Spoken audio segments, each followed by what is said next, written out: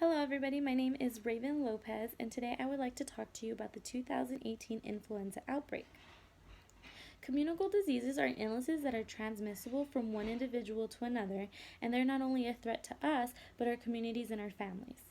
One common communicable disease is influenza, or better known as the flu. The flu may seem harmless, but has become a pandemic on more than one occasion, and according to the Center of Disease Control and Prevention, or the CDC, during week 4, January 21st through the 27th of 2018, influenza activity had largely increased across the U.S. In this speech, I hope to not only educate you a little bit more on the flu, but give you information on the 2018 influenza virus and the threat it poses to our communities. I would like to cover 3 main topics: what the influenza virus is and the different strains we face today, what the 2018 influenza outbreak looks like, and the preventative measures that can be taken to protect not only yourself, but your families from becoming infected. Influenza, or more commonly known as the flu, is a communicable disease caused by the influenza virus.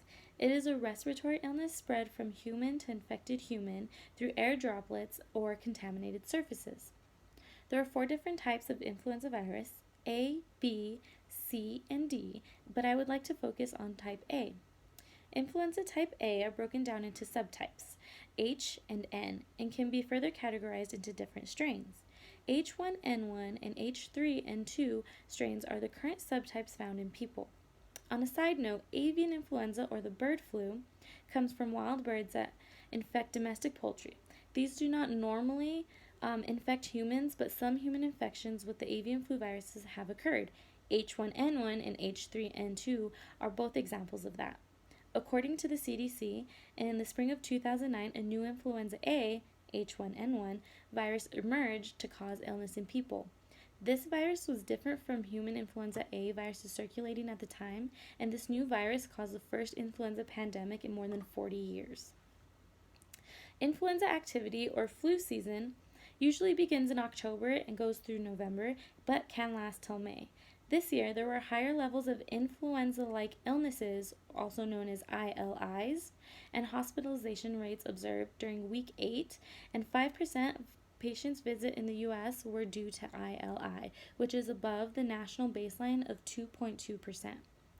Also, this flu season, vaccines were updated to match the viruses that were spreading, such as the H1N1, but the nasal spray vaccine has not been recommended because of the concerns with its effectiveness against the virus. There have been 23,324 laboratory-confirmed influenza-associated hospitalizations between October 2017 and February 2018, with an overall hospitalization rate of 81.7 for every 100,000 in the population. That's 81.6% that were associated with the influenza A virus. Based on the National Center for Health Statistics, or the NCHS, mortality surveillance data available on March 1st, 2018, 9% of deaths occurring during the week ending in February 10th, 2018 were due to influenza or secondary infections like pneumonia. This percentage is above the epidemic threshold of 7.4%. There were also 3 pediatric deaths associated with the influenza H3 virus and 1 associated with the influenza H1 virus. This map is a visual representation pulled from the CDC website for the 2017 through 2018 influenza season week 6, which ended February 10, 2018. The chart shows the ILI activity throughout the U.S., and red being the highest. Flu-like symptoms include fever, cough, sore throat, stuffy nose, chills, and body aches. There are 3 different actions you can take to prevent yourself from getting the flu. 1 would be to vaccinate. The CDC does recommend that a yearly flu vaccination is the most important step in prevention on the flu infection.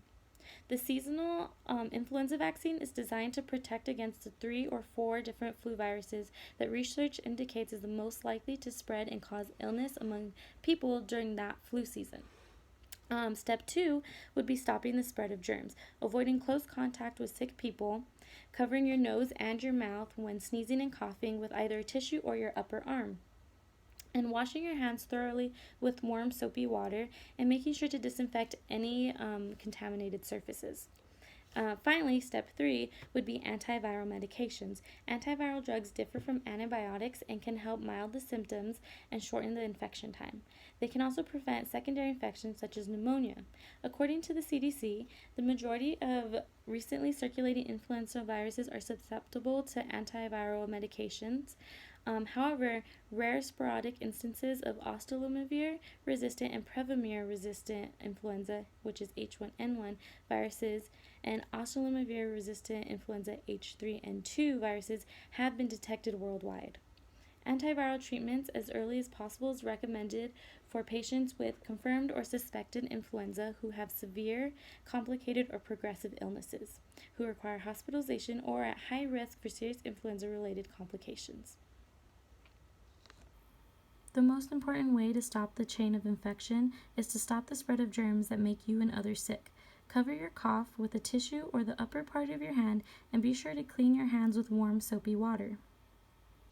Today we talked about what the influenza virus is and the strains that we face today, what the 2018 influenza outbreak looks like, and provided you with preventative measures to protect yourself and your families from getting the flu. The CDC says that New Mexico is one of the 48 states that reported widespread of influenza virus, and based on the National Center for Health Statistics mortality surveillance data available on February 1st, 2018, 9.7% of deaths occurring during the week of January 13th, 2018 were due to pneumonia and influenza, which was above the epidemic threshold of 7.2 for that week. Thank you for listening to my speech on the influenza outbreak of 2018.